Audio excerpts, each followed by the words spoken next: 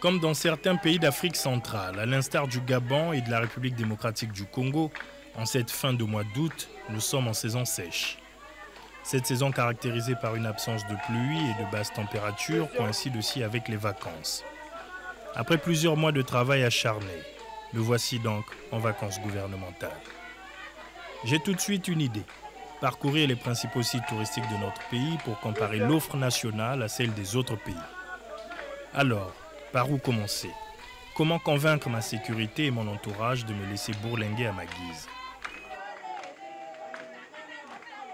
Quand tout est enfin mis en place, c'est à bord du bimoteur du parc d'Odzala que j'atterris après 1h40 de vol, le cœur battant la chamade, je ne sais pas ce qui m'y attend. À mon arrivée, je suis accueilli par les hommes entrés hiver, les éco-gardes. Ces héros ont pour mission la préservation de la biodiversité dans les aires protégées, les concessions forestières, à travers les unités de surveillance et de lutte contre le braconnage. Les éco-gardes travaillent jour après jour, parfois au péril de leur vie, à la sauvegarde des espèces sauvages les plus menacées. Après avoir posé mes valises et troqué ma tenue d'officiel contre une autre, plus conventionnelle et donc adaptée au terrain, je découvre les premières images de ce paradis. Béni par Dieu et souvent méconnu du grand nombre, la faune et la flore de mon pays offrent encore et toujours un spectacle époustouflant. Tenez, devant nos postes téléviseurs, à l'époque, nous faisions les ngembo en regardant les documentaires animaliers. Ici, je fais partie du décor. Odzala aujourd'hui et Nwabalendoki, que je visiterai ensuite, sont deux parcs situés au-dessus de l'équateur. L'équateur terrestre est cette ligne imaginaire tracée autour de la Terre et qui traverse 13 pays. En Afrique, l'équateur traverse 6 pays, dont le Congo. Et c'est à Makwa, à 620 km au nord de Brazzaville, que l'on sent le plus le passage de ce parallèle.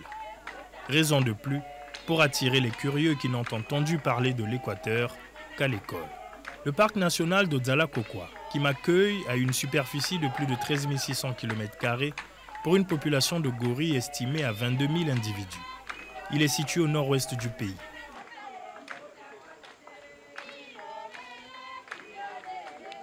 Les éléphants, ils font leur apparition tant attendue.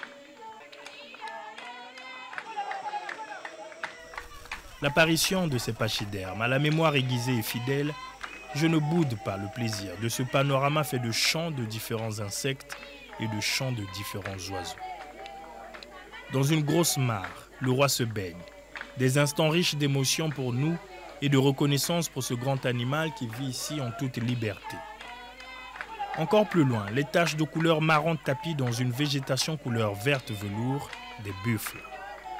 En Afrique, ils font partie avec le léopard, l'éléphant, le rhinocéros noir et le lion du groupe des Big Five. Les 5 mammifères, autrefois craints et respectés par les chasseurs africains. Le parc est arrosé par la Ngoko, affluent de la Mambili, elle-même affluent de la Sanga. Les pieds dans l'eau en les massant naturellement sur du gravier blanc, j'ai soudain les souvenirs de mon enfance. Quelques instants d'évasion qui vous font du bien. L'eau est si bonne que j'ai tout de suite un réflexe rafraîchissant.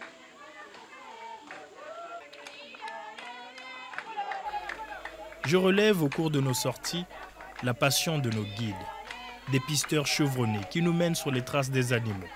Chut, pas de bruit ici pour ne pas effrayer les singes, disent-ils.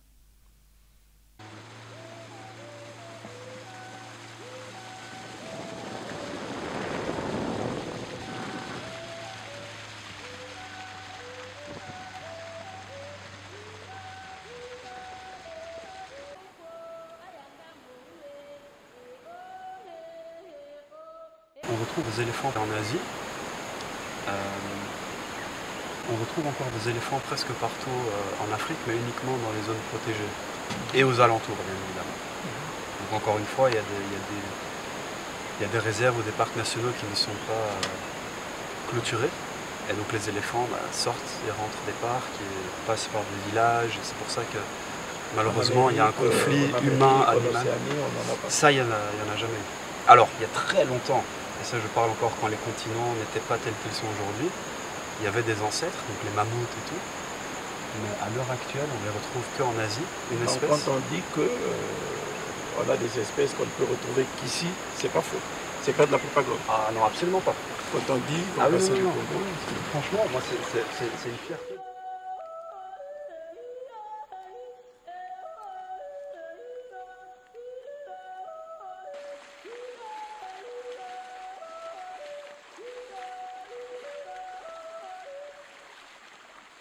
À bord d'une pirogue ou à pied, marchant dans l'eau ou dans la boue, nous avons sillonné le parc à l'air frais et à la végétation luxuriante. Dans la forêt vierge, les grands arbres nous parlent. Ils nous chuchotent aux oreilles le témoignage de leur existence. Les éléphants nous voient et se font discrets. Observés par des vautours palmistes qui ne sont pas là pour nous, fort heureusement.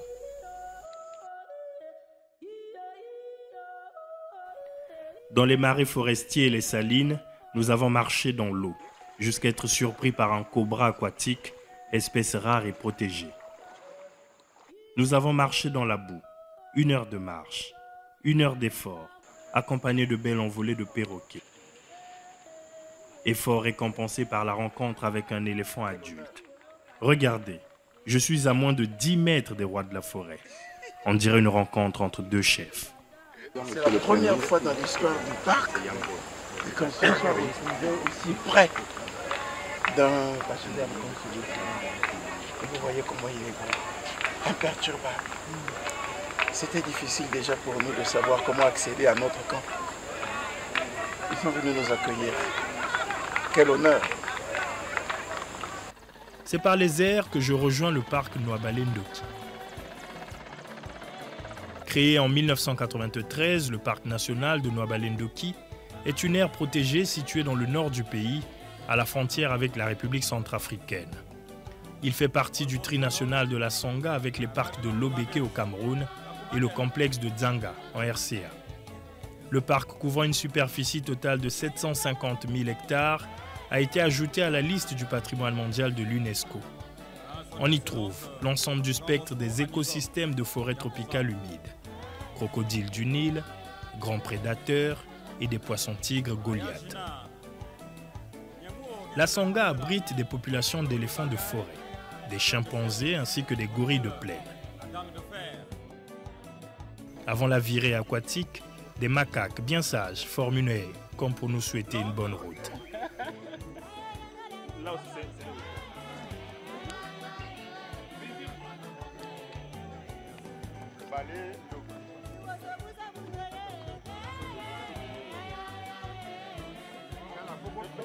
À bord de pirogue, sur la Ndoki, puis sur la Mbeli, je sillonne les méandres de la forêt, une forêt faite d'essences au relief parlant. La végétation est dense. Je m'arrête un instant, affligé, pour rendre un hommage à Diana Robest, jeune dame de nationalité belge, décédée en 2016 après une attaque d'éléphant. Cette courageuse biologiste a perdu la vie en réalisant son rêve, celui de faire une différence pour le monde animal. Elle a payé de sa vie pour la nature, elle a payé de sa vie pour le bassin du Congo.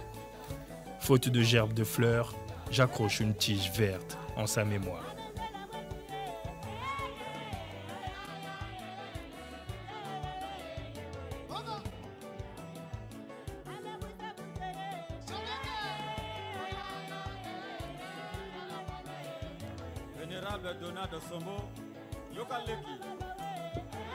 En véritable bourlingueur, j'ai marché plus d'1 heure pour rejoindre le Mirador, qui me permettra d'avoir une vue imprenable sur le parc.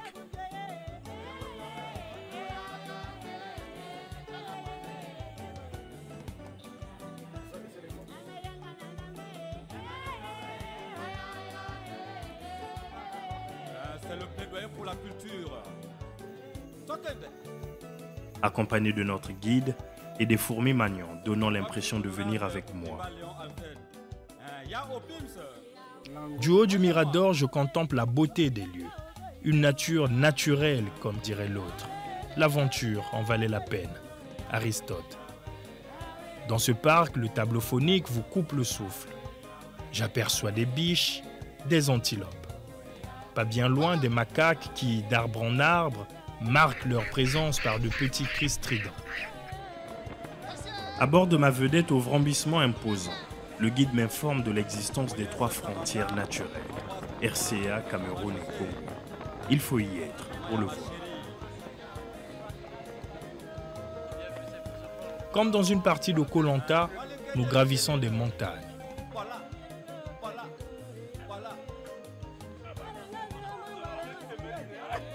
Et à bord des pirogues, seul moyen de transport pour les populations ici, nous naviguons plus d'1h30, affrontant les caprices de la météo.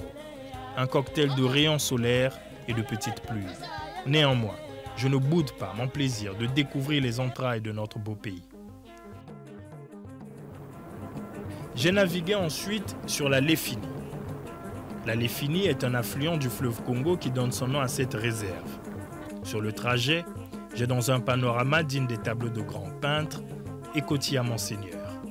C'est cette crête, là-bas, à la forme d'un galéro Gardinalis, culminant au sommet du mont Gankolo, à l'entrée du département des Plateaux, crête visible aussi sur la route nationale numéro 2.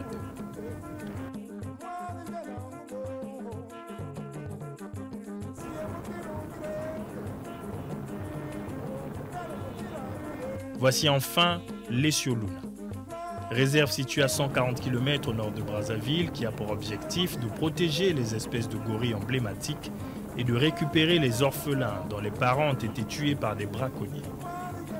Au loin, 2 têtes, puis 3, ce sont des hippopotames, les maîtres des lieux qui rivalisent d'ardeur avec les crocodiles embusqués, pas bien loin. Toujours à bord de nos embarcations, nous allons à la rencontre des 2 argentés et des autres espèces de gorilles. Timides au départ ou frimeurs carrément parce que momentanément dérangés par ces visiteurs d'un autre monde, les gorilles finissent par accepter nos fruits et légumes. À l'adhésion des gorilles, nous nous y mettons tous et tout y passe. Tomates, concombres, bananes. Notre dos argenté, insatisfait et impatient, en veut encore un peu plus. Il se dresse brusquement pour le faire savoir.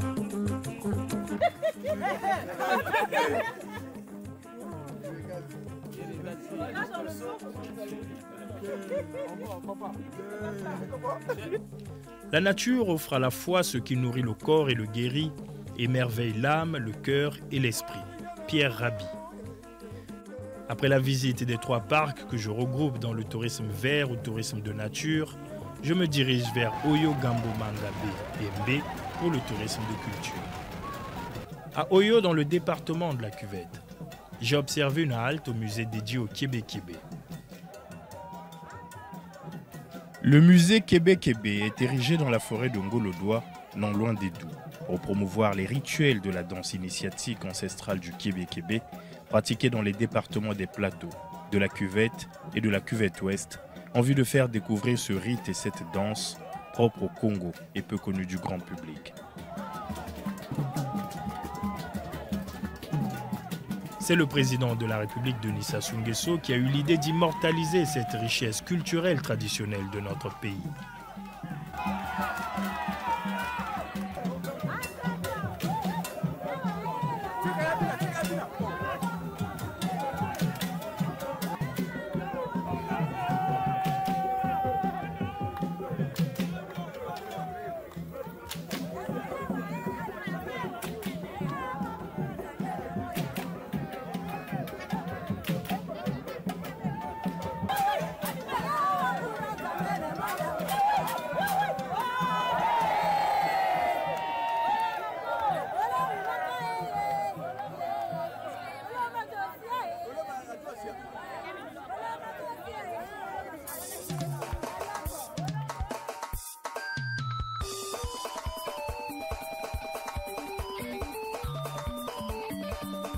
Dans le district de Gamboma, en terre Gongulu, se trouve le royaume de Mbaya. L'influence du roi s'étend sur les 2 rives de la rivière Nkeni, jusqu'à la rivière Léfini. Par la route au Yogamboma, je me suis rendu chez le roi, entouré des notables vêtus de leur tenue traditionnelle, tenant entre les mains les attributs du pouvoir.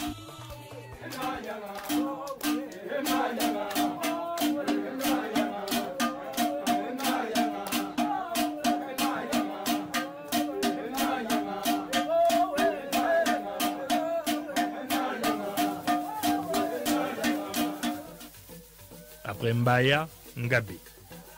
Ngabé, qui est situé au bord du fleuve Congo à 190 km de Brazzaville, au nord du pays, est un lieu historique.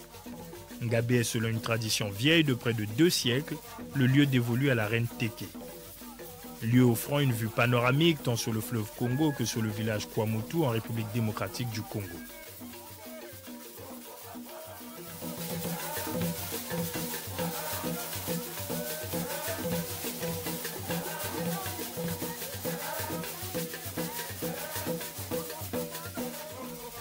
Ici, j'ai été reçu par la reine Galifo. Son nom signifie maîtresse du feu. Elle est la principale épouse du roi, première conseillère et reine. Beaucoup de frissons, les instants passés aux côtés de la reine sont toujours émouvants.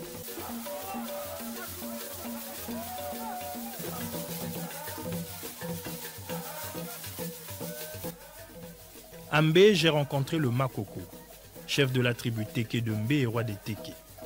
Cette tribu se retrouve au Gabon, en République du Congo et en République démocratique du Congo. Dans l'histoire de notre pays, le premier Makoko a reçu l'explorateur franco-italien Pierre Savonneau de Brazza sur ces terres qui ont été le témoin du commencement de l'histoire moderne de notre pays.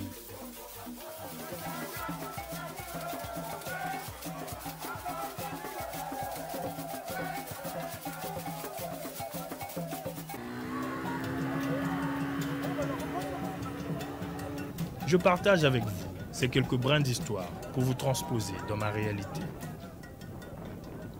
Après le tourisme vert et le tourisme rouge, naturel et culturel, revivez avec moi cette belle aventure touristique bleue ou tourisme fluvial. Mais avant, c'est de Pokola que je prends mon départ pour Bétou, la route du futur corridor 13 qui passera par Enyélé. Par la route, je me dirige vers Bétou, le sanctuaire de la transformation du bois, pour le début de mon périple fluvial. Sur la route, je fais la rencontre d'un compatriote, un jeune autochtone qui me parle de son quotidien. Après une nuit à Bétou, je monte à bord d'une vedette pour redescendre sur le fleuve. Un fleuve nourri par plusieurs affluents dans cette partie septentrionale. L'Ubangi, qui prend son nom du confluent des rivières Momu et Wele, coule vers l'ouest sur 350 km, puis vers le sud-ouest, où il passe à Bangui, et se dirige pendant 500 km vers le sud pour rejoindre le fleuve Congo en rive droite. Après une avarie de notre première vedette, nous montons dans celle des forces armées, un bolide encore plus puissant, volant quasiment sur l'eau.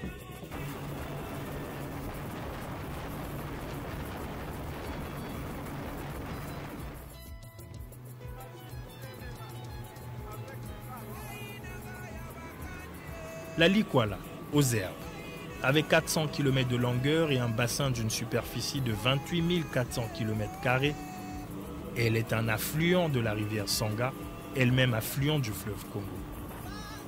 La Likwala Mosaka est quant à elle une rivière dont le bassin recouvre une grande partie des départements de la Likwala et de la Cuvette. Sur la liste des affluents, il y a aussi la Lima, qui prend sa source au Gabon et se jette dans le fleuve. Elle est navigable pendant toute l'année. En me rendant à Lesioluna, souvenez-vous, mon canot rapide empruntait la Léfini. Cette rivière qui donne son nom à la réserve de la Léfini est un affluent du Congo. L'Ankeni aussi est un autre affluent du Congo qui se situe dans le département des Plateaux. Je cite ici ceux sur lesquels j'ai navigué au cours de ce périple dans cette partie du pays. Le Congo est un pays abondamment arrosé. Son réseau hydrographique est important, avec une trentaine de rivières et d'autres cours d'eau navigables. Dans ces grands bassins, on trouve des lacs, des mares, des marais, des forêts inondées et marécageuses, le long de cours d'eau permanents et temporaires. Cette richesse hydrographique est à protéger, pour nous et pour les générations futures. C'est l'occasion de rendre un hommage au président de la République du Congo, pour le fond bleu pour le bassin du Congo, qui est un fonds international de développement qui vise à permettre aux États de la sous-région du bassin du Congo de passer d'une économie liée à l'exploitation des forêts à une économie s'appuyant davantage sur les ressources issues de la gestion des eaux et notamment de celles des fleuves. L'accord portant création de ce fonds a été signé par 12 pays de cette sous-région le 9 mars 2017 à Oyo, en République du Congo. En voyant ces eaux, je pense tout de suite aussi à la puissance des chutes de la Lufulakari, qui sont des cascades situées dans le sud-ouest de la République du Congo, dans le département du Poul, à 75 km au sud de Brazzaville, ou encore à la chute de Bela, encore appelée chute de la Luvubi, cascade située dans le sud-ouest, dans le département du Poul, à 60 km de Brazzaville. Je n'oublie pas les chutes de Sossi, dans le district de Louvako.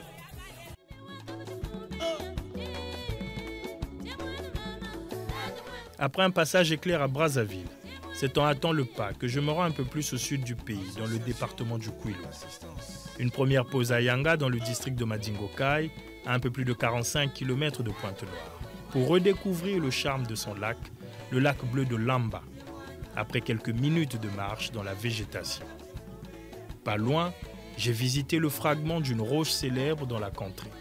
La légende raconte que c'est le reste d'un météorite tombé ici.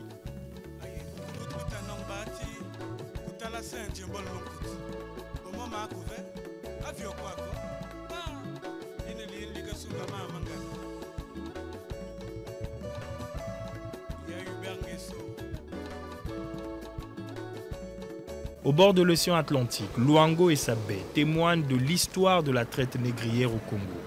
La traite de ses vaillants fils emmenés de force vers des horizons inconnus. Luango était une porte pour la déportation des esclaves. Ce patrimoine africain est aujourd'hui menacé de disparition à cause de l'érosion marine et des projets immobiliers mal encadrés. Il y a un projet cher au président de la République, celui du musée des esclaves. Il permettra de fixer les différentes générations sur ce qu'ont vécu nos lointains parents. Un projet qui apportera une plus-value au tourisme de mémoire. Ici, il suffit de tendre l'oreille pour percevoir la puissance de ces lieux chargés d'histoire. Une histoire triste que je me suis fait raconter, une histoire triste qui redonne de l'espoir en l'humanité. Vous qui partirez des 4 coins de la planète pour vous délecter des merveilles naturelles du Congo profond, des infrastructures hôtelières de qualité vous permettront, comme à moi, de vous sentir chez vous. À Ngabé et à Gamboma, j'ai logé et je me suis restauré sur le site touristique de Ngabé et à Lankeni, fruit du travail de compatriotes qui croient encore en l'industrie touristique. Ces quelques jours d'immersion m'ont donné l'occasion de m'imprégner du fonctionnement de nos sites touristiques, de l'état des infrastructures et de la beauté des espèces animalières, véritable richesse incommensurable. Le plan national de développement 2022-2026 accorde une place de choix au développement du tourisme. Cette immersion est une occasion rêvée de dresser le bilan exact d'un routing touristique. Si c'était à refaire, c'est sans hésiter que je troquerais mon costume. Merci au président de la République, chef de l'État, qui m'a autorisé à m'y rendre.